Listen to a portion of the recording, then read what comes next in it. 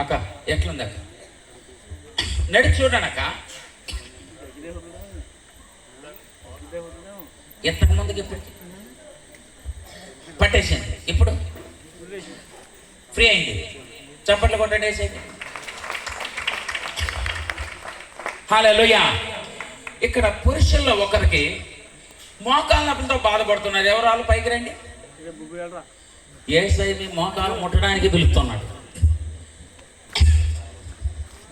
ఆశ్చర్యకరుడా మీకు స్తోత్రం. అగ్ని నూతన సృష్టి క్రమం యేసు నామములు ఇప్పుడే దేహములో జారమనగా మీరు స్వస్థపరిచినందుకు మీ నామాన్ని గణపరుస్తూ యేసు నామములు అడిగి వేడుకుంటున్నాము తండ్రి. ఆమేన్.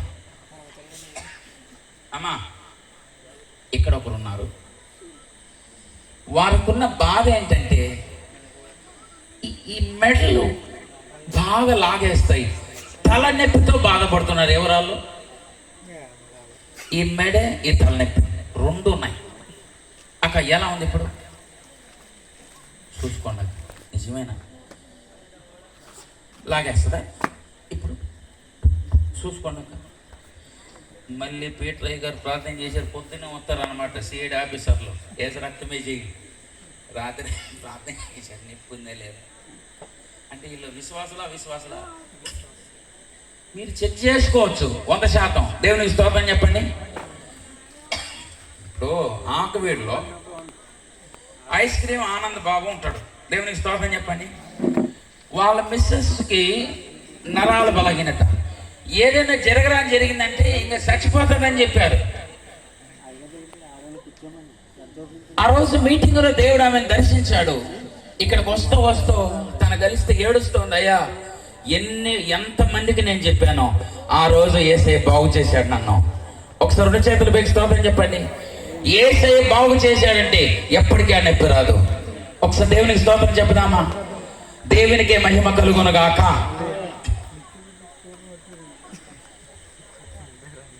కాళ్ళలాగేస్తున్నామా అమ్మా?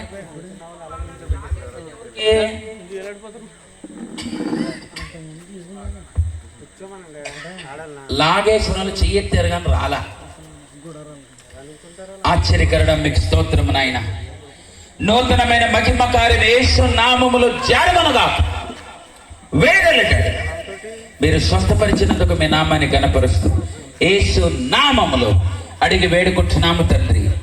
మనం ముగింపులోకి వచ్చాం. చివరి ప్రార్థన చేసి అందరికీ లైన్గా వస్తే ప్రార్థన చేస్తాం. ఒకసారి దేవునికి స్తోత్రం చెప్దామా? ఓకే, ఒక అరగంటలో ఆమెనని నేస్తాం అందరం. ఒకసారి దేవునికి స్తోత్రం చెప్దామా? ఈ రీతిగా పరిచయం చేయడానికి ఆహ్వానించిన అభిషేక్తులను అయ్య గారికి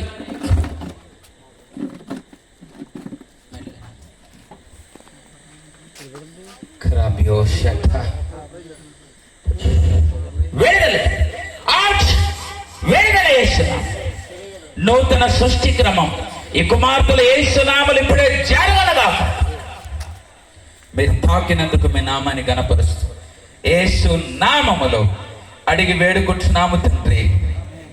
ఇక్కడ ఒక వ్యక్తికి తలలో లోపల కణిత ఉంది. దేవుడు ఆ కణితను బాగు చేయడానికి ఇష్టపడుతూ ఉన్నాడు. కూర్చున్నాం.